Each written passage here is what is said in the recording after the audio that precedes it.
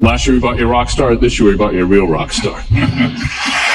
So what we're going to do is I'm going to ask Warren a series of questions over 25, 30 minutes, and then we'll take your questions in the crowd and let the students have a chance to ask Warren about his experiences. What do you think the lessons are of the last couple of cycles that you've seen from an investor standpoint? We've got a lot of young kids out there. You've lived through multiple cycles in the 50, 60 years plus you've been investing, 70 years, investing. What are the lessons, and what, these are young people, what should they take away?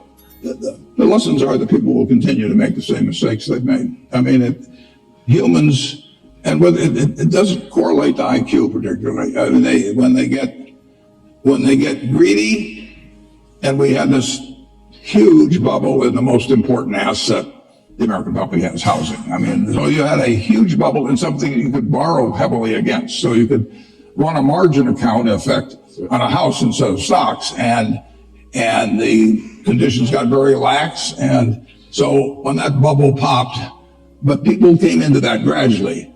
When they get fearful, it happens all at once. I mean, when people get scared, they all want to leave at one time. And we had them all want to leave at one time, and that'll happen again. It'll happen with a different set of circumstances, but the human animal will keep behaving pretty much the way it has in the past. So we will have periodic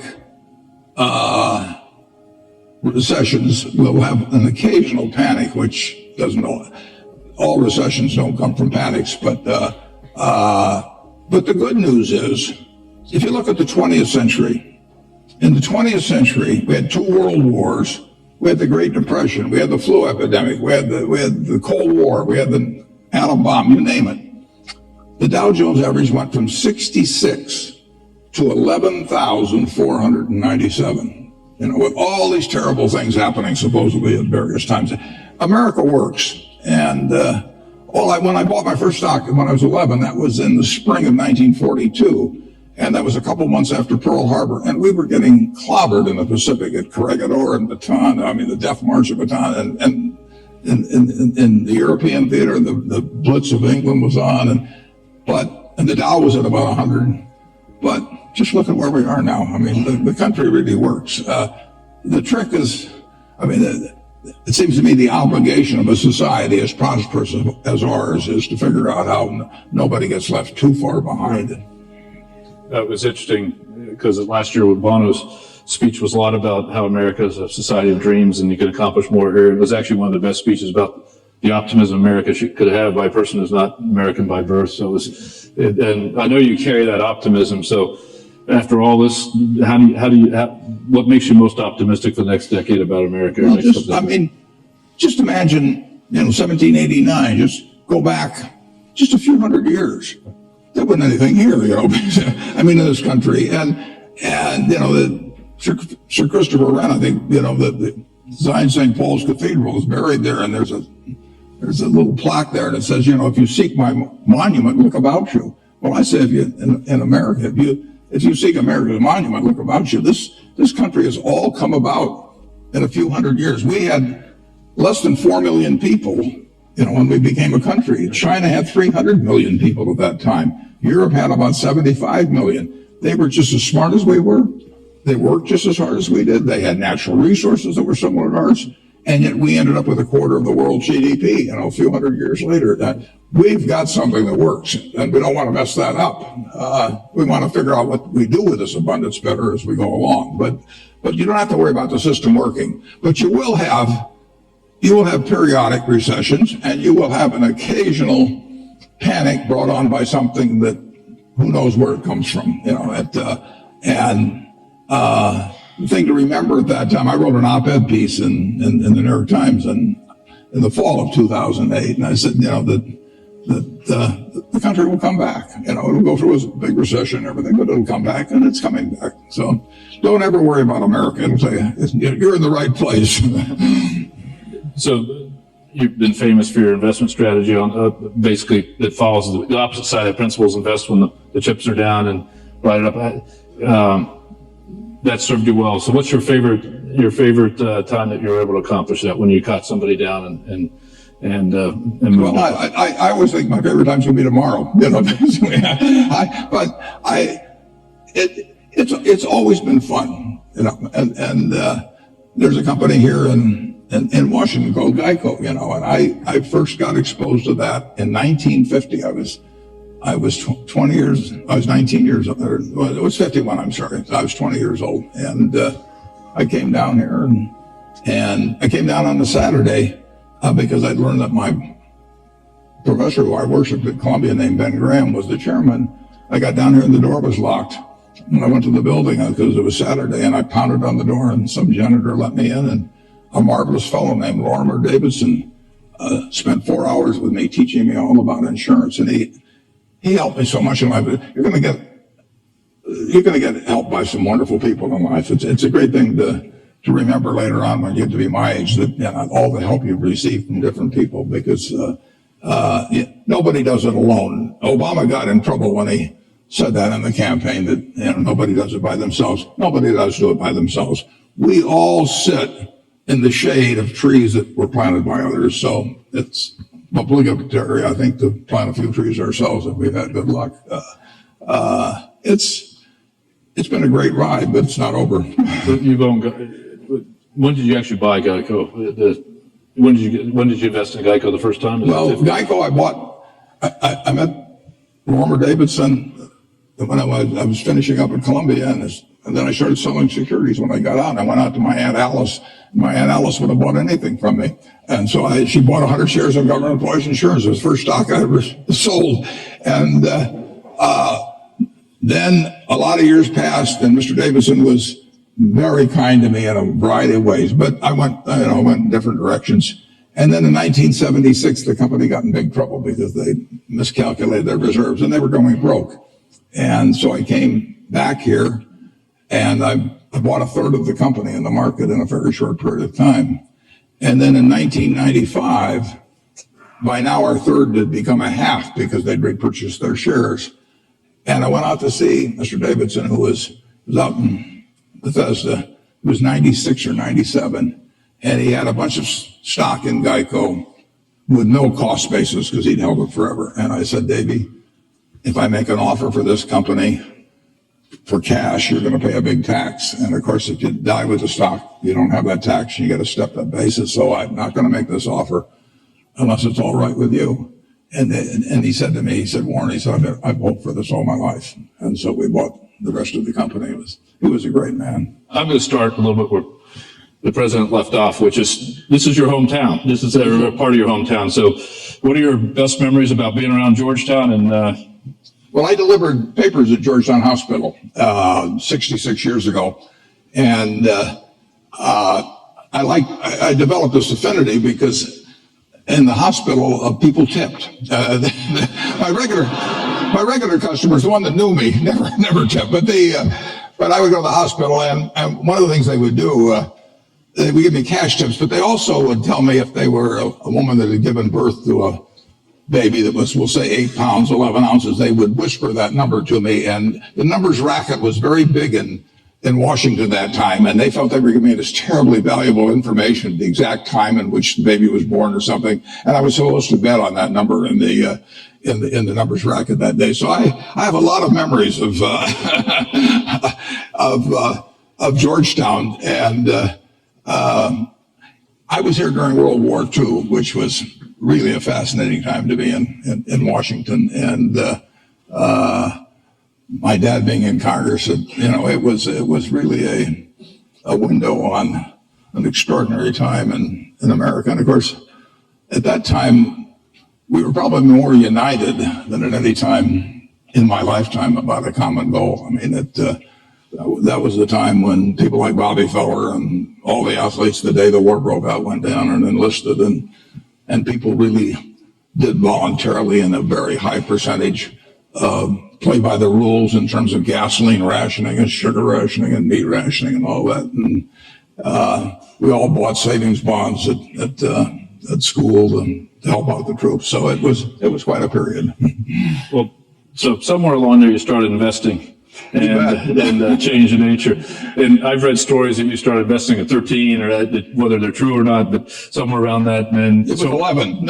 what created the fascination with investing? It took me 5 years. I had to save $120. It took me 5 years to get the $120 to buy a stock 3 shares of City Service Preferred when I was 11. My dad originally was in the investment business. He really wasn't very interested in it, but I would go down on Saturday morning and he had these books there in the office, and I read all those, and then I went to the Omaha Public Library, and I read every book on investments in the Omaha Public Library by the time we moved to Washington. And then when we got here, I had the Library of Congress. Did you go through all those? Oh, I read everything, and I just found it fascinating, and incidentally, I find it fascinating today. I mean, it's an activity. You know, if you're a baseball player or something, you know, your legs may go or something. Well, my legs have gone, but it doesn't make any difference in what I do. So it's I literally have as much. I always have had fun working, but I have as much fun now as I've ever had in my life. And to work with people I love, doing what I love, and it just doesn't get any better than that. Well, the quote is that you tap dance to work. I tap dance to work. You know, so what makes you do that? Don't ask me to demonstrate, but it was nice to get that round of applause at the start. But I've learned that crowds now applaud at the start because I'm 83 and they're not sure I'll be around at the end of the talk. I've shared enough dinners with you know that you have more energy than anybody I know. So let's switch to a little bit on the philanthropy side. So Sure. President Joya talked about the giving pledge. How did you come up with the idea with Bill, and how are you doing on it? Yeah, well, we're doing great. And it was, I don't know, 3 or 4 years ago, Bill and Melinda and I were out in California and talking, and I'm not exactly sure how it came up, but we decided to call or write David Rockefeller and ask if he would host a dinner in New York for about 16 or 18 people, just to talk about philanthropy. And Oprah Winfrey came, and Mayor Bloomberg was there, and it was a private dinner. And I started having these people talk around the table as to how they developed their philosophy of philanthropy.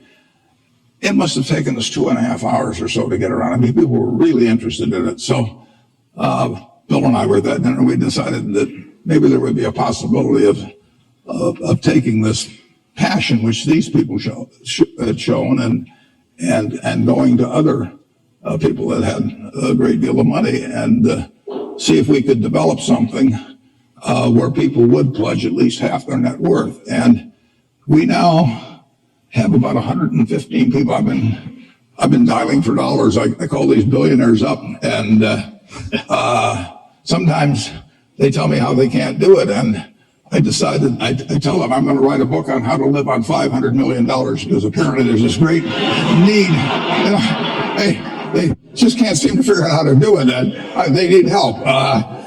But it's been very rewarding, and I received a letter from one woman. She and her husband had over $10 billion, and she sent me a tie. She sent me 2 ties, and she sent me this handwritten note that said that they hadn't really faced it. It's a little like facing your own mortality to some extent, making that plan, and that's tough for people sometimes. And so she and her husband had changed things, and over half of that $10 billion was going to go to philanthropy.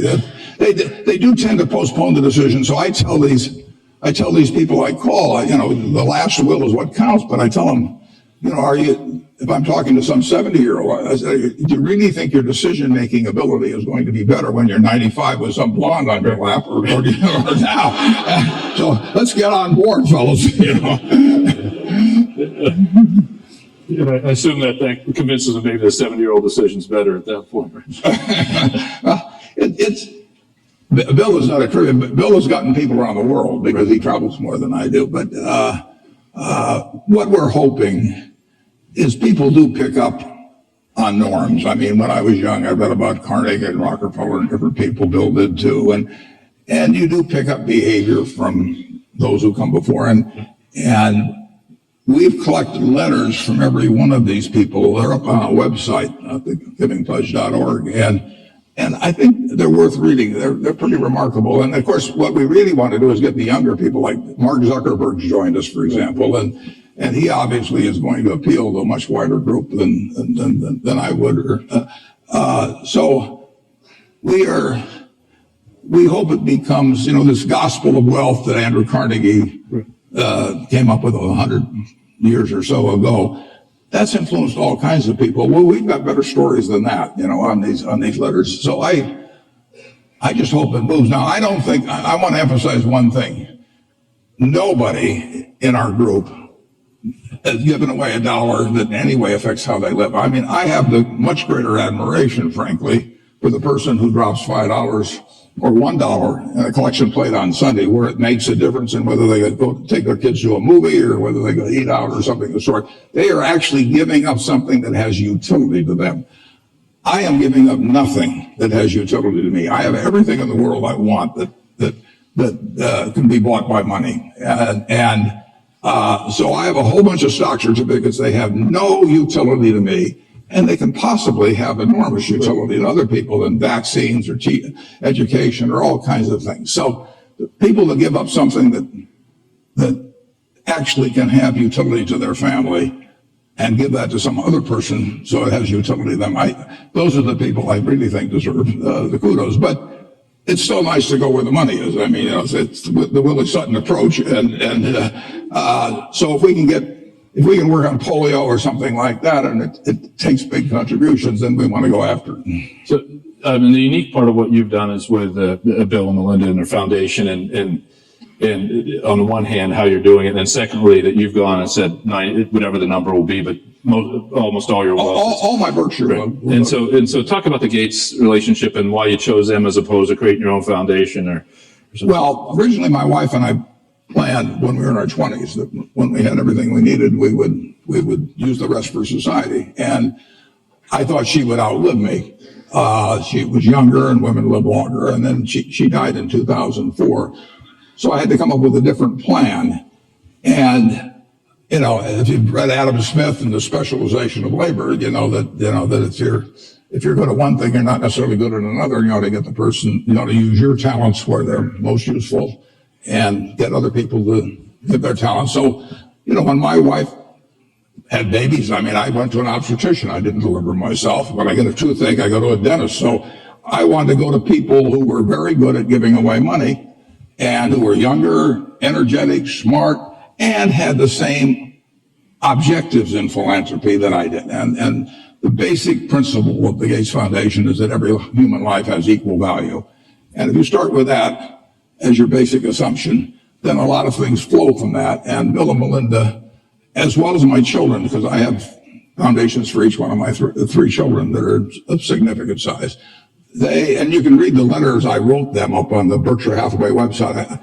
I do not direct them to do anything, but I do tell them to swing for the fences. I tell them if they succeed at everything they do in philanthropy, they're doing the wrong things, right? Because the important things are the tough ones, and you're going to fail in some of those. But I have got much younger people, very energetic people, common objectives, and they work for nothing. So that's not a bad deal, Brian.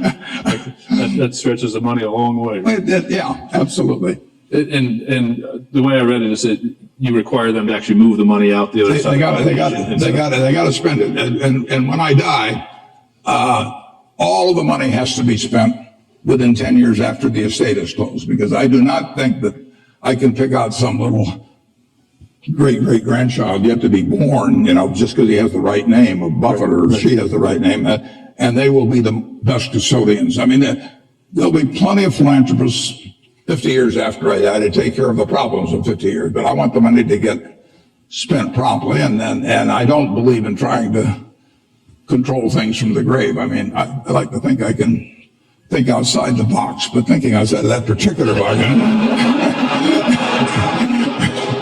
That may take a lot of philanthropy to figure out. Recently I read an article about Eastlake and Tom Cousins. So this week, as many people know, the PGA finishes up its tournament at Eastlake, which is a golf course in Atlanta. And the story I read about the development is that you've now helped Tom Cousins in the development work he does with communities. Talk a little about that, because that's a little different than this type of thing. Yeah, but it's the same theory of loving to back people who are putting their own time and energy and who are successful into a project that's worthwhile. Tom Cousins is a remarkable man who lives in Atlanta, just extraordinary. And he took this terrible, terrible neighborhood called Eastlake in Atlanta, and against a lot of community opposition, everything it was crime ridden, and nobody did it well in school and everything else. And he decided you had to to apply a holistic approach to it, and you couldn't just attack this thing or that thing. And so he worked for probably 10 years to develop this entirely new community out of this total disaster. And then Tom and I talked about it, and I said, Tom, everybody's going to say that it can only be done because you're Tom Cousins and you live in Atlanta and you've done this. So he and I and a fellow named Julian Robertson, but primarily Tom, decided to see if we could replicate this in other communities.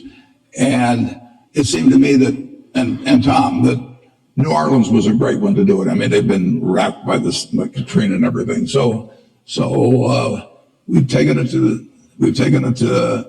to New Orleans, where we've got hundreds of people, and it's mixed income type a community. I mean, we do not want to have it with everybody being subsidized. We want to create a new kind of community where people of different races, different economic conditions work together and play together. And it's been successful in New Orleans. We went to Indianapolis. It's been successful there, and we've got about 11 more towns we're working on now. And so Tom Cousins has really come up with something. He had an op-ed in the Wall Street Journal about a week ago describing this, but he's a fantastic human being. And when you get a chance to join forces with somebody that as high quality as that, and energetic and smart, and putting his own funds in it, you just got to jump at the chance.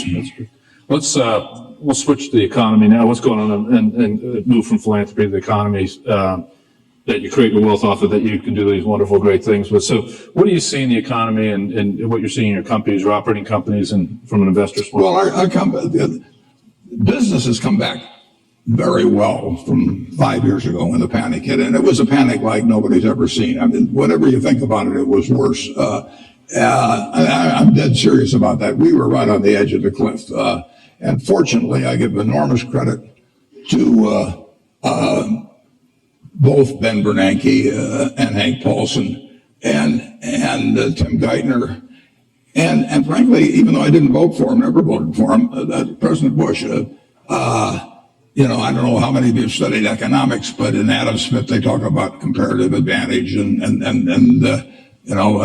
Keynes talked about animal spirits and all those people. But President Bush really came out with a great economic insight of all times, and he did it in 10 words in September of 2008. He went out there from the White House and he said, if money doesn't loosen up, this sucker could go down. And I mean, that goes right up there. Tear down those plaques of Adam Smith.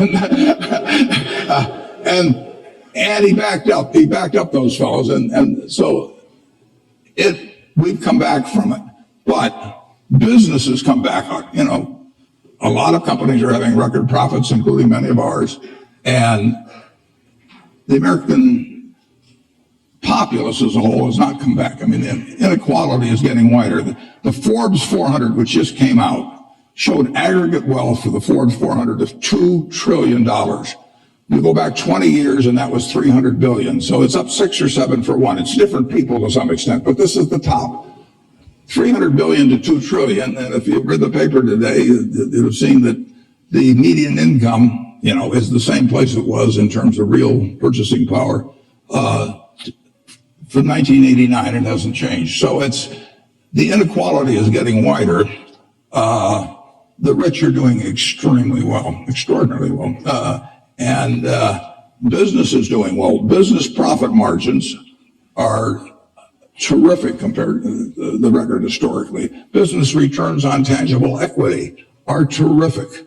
But most, a great many people in our country, if you take the bottom 20% of households, that's 24 million households or something like that, housing, close to about 60 million people, it's, the top level is $22,000. I don't want to try to live on $22,000 with a couple of kids. So we've got an economy that is delivering $50,000 of GDP per capita, and we've got an awful lot of people who aren't living well. So we have learned how to turn out lots of goods and services, but we haven't learned as well how to have everybody share in the bounty that we have.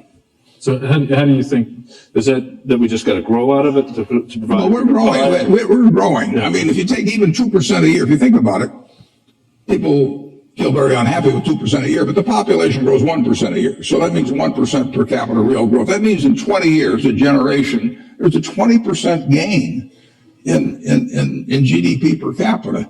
That's not bad in a generation. But the question is how it gets distributed. But this country will, this system works. You know, in my lifetime, I was born in 1930. I was conceived in 1929 because my dad was a stock salesman, and after the crash, he didn't have anything to do.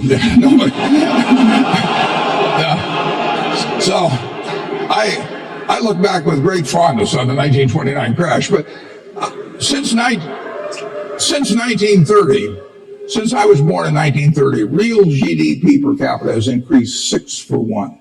Just think of that, 6 for 1. I mean, you went centuries when nothing happened for people, and this country works. I mean, I consider the luckiest person on a probabilistic basis that ever lived is the baby that's born today in the United States. I mean, it is a fabulous country, and the market system works all kinds of things. But we do have to, in my view, we have to make sure that everybody participates to a reasonable degree. We don't want equality results, but we also want a base level that's satisfactory for our people. Well, let's turn it over to some student questions. So they're going to put a microphone out here, and go ahead, sir. Hi, I'm Kasim Tavlali, a senior in SFS. I was wondering if you have any stock tips for any of the students. You know, we're all trying to make a little living. I didn't think they taught that at Georgetown.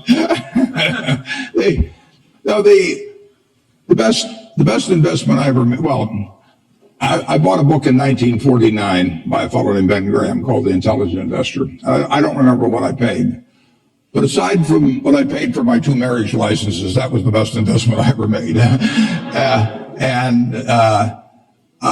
It's very important to have the right framework. You need to have an approach to investing that's sound. And Graham's approach is simple, but some people adopt to it, and which I did immediately, and most people don't. But if you have the right philosophy, you will find opportunities as you go through the next 20, 30, 40, 50 years. And frankly, you're most likely to find them when in periods like 5 years ago when we were having the panic. I mean, that stocks sell at silly prices from time to time. Most stocks at one time or another sell at very silly prices.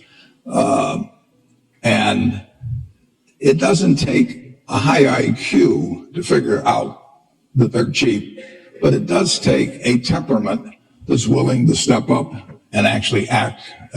I tell people, if they're going in the investment business, if you got 160 IQ, sell 30 points to somebody else because you won't need it. I mean, I figured out very early, you don't have to be that smart in this business, which is fortunate, but you do have to have the right temperament. And you have to be able to ignore what other people are saying and simply look at the facts and decide, is this stock which is selling at X worth 2X? And occasionally you'll find things like that. And when you don't find them, you don't do anything. So that's my generalized stock tip, no names. I'll make it simpler. Just buy Bank of America and you'll be set. Yeah. It worked all right for him. Yeah, that's right. That's right. Next question, sir. Good afternoon. My name is Nicholas Walker. I'm a sophomore in the SFS as well. So, Mr. Buffett, in the past, you invested in China, South Korea, and Israel. And recently, you partnered with 3G Capital and Jorge Paulo Lemann from Brazil over for the Heinz deal. Does this mean, are you tempted to venture into the Brazil market next? I didn't get the question. You did the Heinz deal. The question is, are you going to invest in Brazil next? I don't know where I'm going to invest next. That's what makes my job interesting. I mean, I'm not kidding. I mean, if you went out and played golf and every drive went in the hole, you'd give up. The game wouldn't be interesting. I mean, what's interesting is when you get in the rough and have to come out and a few things like that. So I love the fact that I don't know what I'm going to do next. You mentioned the Israel investment. In 2006, in the fall, I got a letter from a fellow, and I never heard of him, and I never heard of the company he was talking about. But he said, "My name is Eitan Wertheimer, and I want to tell you a little about my company, Ishkar." The letter was a page and a half long, and he said, if he sold the company, the family sold the company, the only company they wanted to sell it to was Berkshire Hathaway. And if I was interested, they'd be glad to come over from Israel and explain it to me. And it just jumped off the page that this was an interesting idea. So I emailed them, and they came over very shortly, and we bought the business. We handed them $4 billion for 80% of a company where I'd never seen it or anything.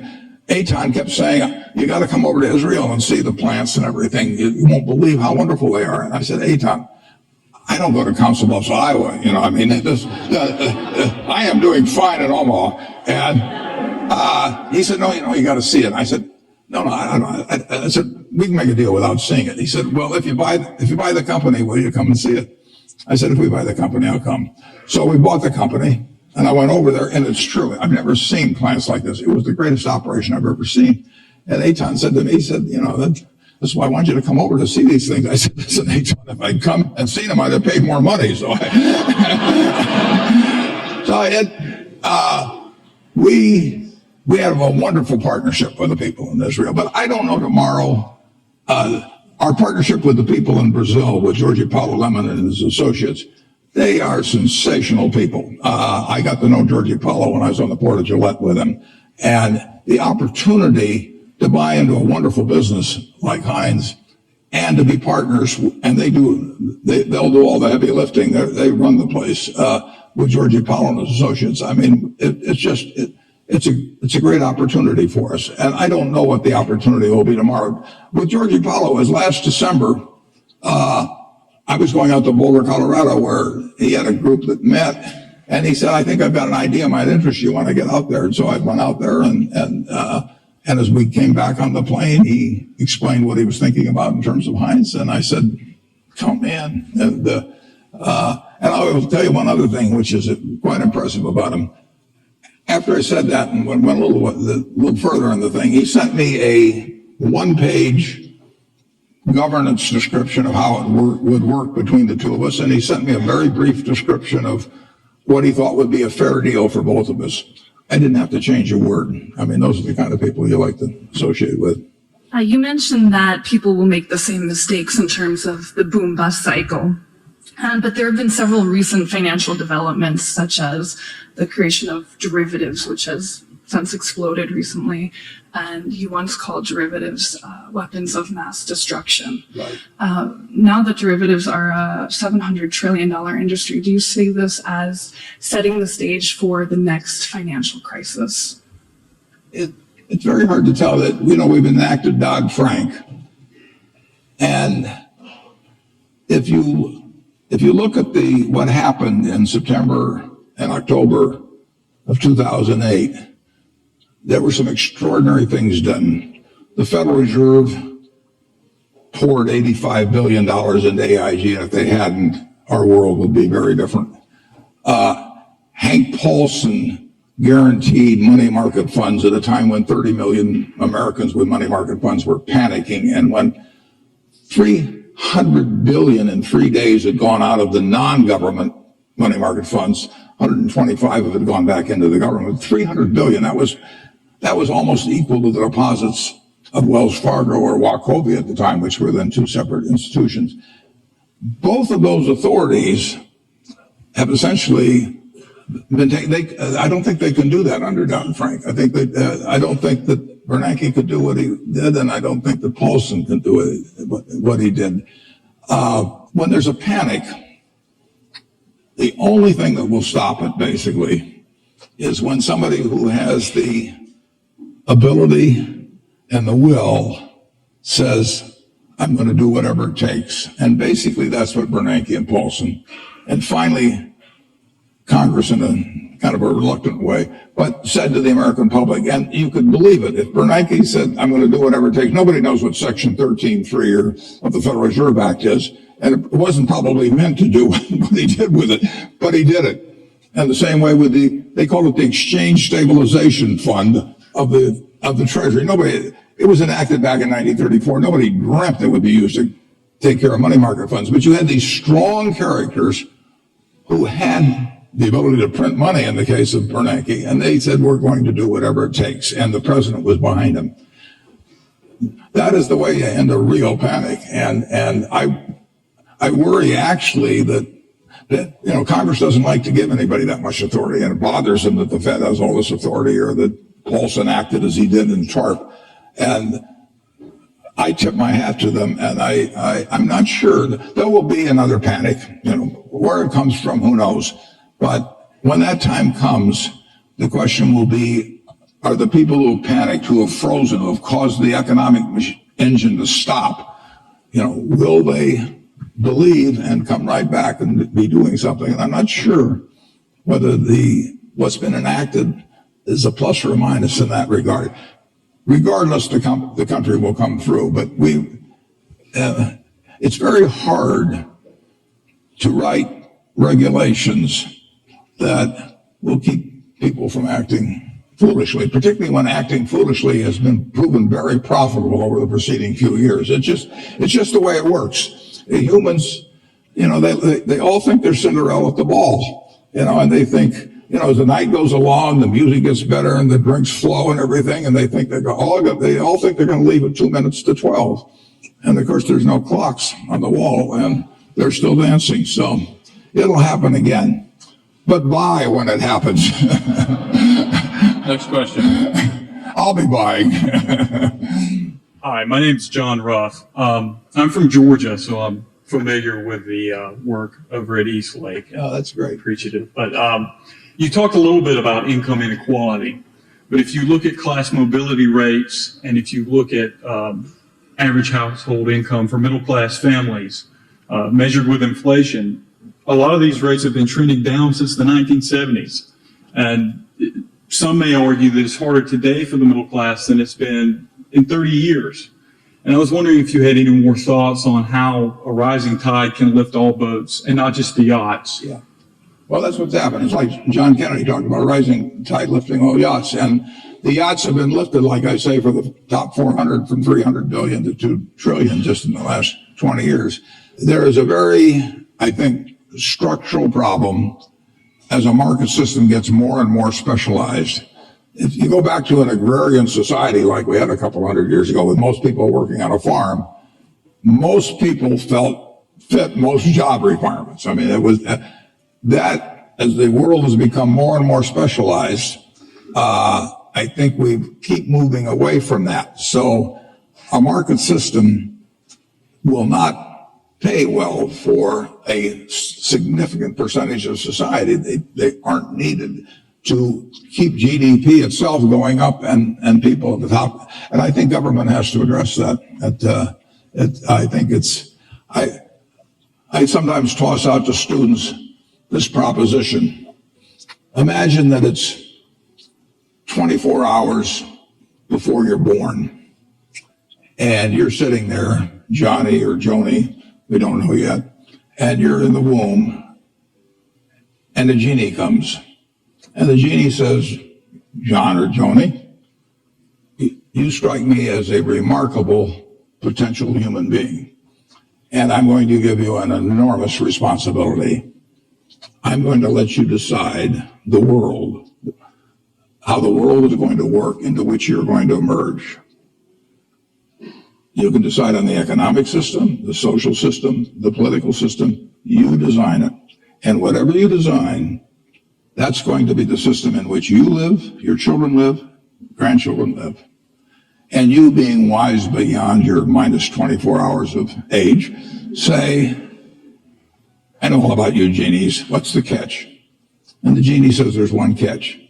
Just before you emerge, having designed the system, put it in cement, you're going to go over to that barrel over there that has 7 billion slips in it, one for every human being in the world, and you're going to pull out a slip. It may say male, it may say female, it may say white, it may say black, it may say infirm, it may say strong, it may say bright, it may say below average. It may say United States, it may say Bangladesh. Now, not knowing which ticket you're going to pull out, what kind of a world do you want to design? Well, you certainly want to design a world that produces lots of goods and services and keeps producing more and more. You want a lot of stuff around. It could be the world's fairest society, but if it's on a barren desert island, it isn't going to do anybody good. So you really want something that works in terms of output. But once you have something that works in terms of output, you certainly want something that eliminates fear from everybody's life. Now, that doesn't just mean a lot of cops. It means fear of old age, fear of health, all of those problems. And you certainly want a system, not knowing what tickets you're going to get, that takes care of the people that don't survive so well in that market system, which maximizes the amount of output, your first goal. And I think we've done a wonderful job at the first stage. We have learned out and turned out lots of stuff. We have not thought as much, although we've thought a fair amount. I mean, when Social Security came in and all of that, I mean, this country has developed in terms of thinking about how a rich family should behave. But we have not, I think we are in the stage where we need to focus more on making sure that the people who get the bad tickets do better than they are. And, we said that blacks were 3/5 or slaves were 3/5 of a person back when we started, and said, we said all men are created equal in 1776, and in 1789 we said blacks are 3/5 of a person. We not only said all men are created equal, but in the Gettysburg Address, Lincoln repeated it. It was 1920 before we passed the 19th Amendment for women. So we treated women as a essentially different class for all those years. So I think we've gone significantly in the right direction in terms of behaving better as a society. And I think we've gone terrifically in the right direction in terms of turning out lots of stuff. But I think we have to address the question of how do you treat the people that are left behind in a system that maximizes the output of goods and services. And that can only come through government. Good evening. My name is James Fishback. I'm in the School of Foreign Service, first year. It's no doubt that you're an outspoken fan of Ben Bernanke, but he's going to be stepping down in January of next year. Whomever takes over the position, do you think that they should continue the Fed's controversial buyback program? And if so, for how long? Well, I think they should take Bernanke's approach, which he says he's going to keep doing it till he sees more improvement in the economy. And I think he's been mildly disappointed, and not hugely disappointed, but mildly disappointed in the rate of improvement in the economy in the last few years, and therefore just the other day he said he's going to extend it further until he sees it. So he's not prejudging exactly when it's going to happen. He's telling you the conditions under which he'll change, and the economy is getting better. We are in an experiment which hasn't really been tried before. I mean, Fed has a $3.5 trillion balance sheet, and buying securities is usually easier than selling securities, as sometimes people find out. So we don't know how this game plays out. And just the announcement, whenever it was a few months ago, the hint that tapering was going to occur, that had some significant market reactions, probably 100 basis points or so in the 10-year. And what will happen when they actually, if they actually try to deleverage the Fed? I mean, what has happened is the American public deleveraged and the government leveraged up through the Fed. If the Fed deleverages that in any big way, that will be a new experiment. And But Warren, as we were talking earlier, the question is, when they do that, the economy has to be growing faster, and the piece people don't take into account is they're clear that they're going to stay there until the economy grows faster. And he has no pressure on them. In fact, the Fed is the greatest hedge fund in history. I mean, you've got $1.1 trillion financed by currency and circulation, which doesn't cost anything, and then you got about $1.8 trillion or $1.9 trillion for the banks at 25 basis points.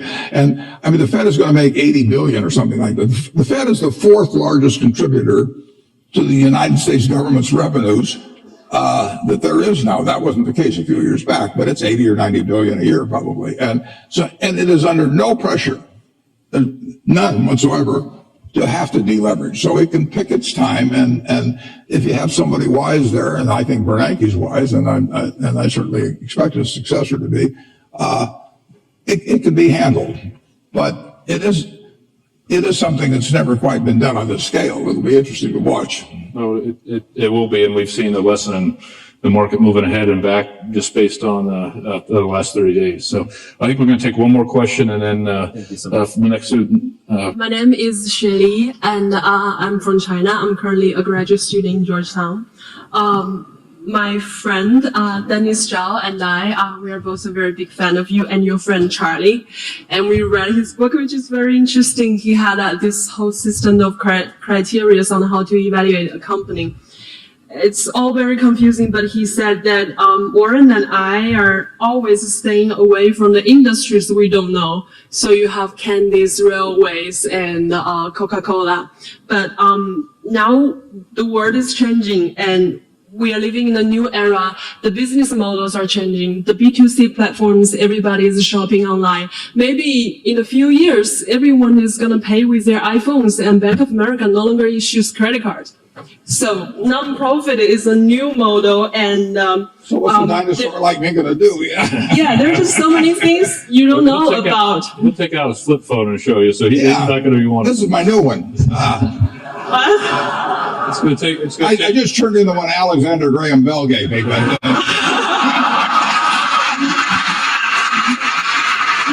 So the question is, the business models are changing, the world are changing. The new technology, they're changing everything. There's no way you can just stay out of it and stay with the traditional. Now, for the private investors, especially in the venture capital industry, what would you think is the most important thing, the key in evaluating a company?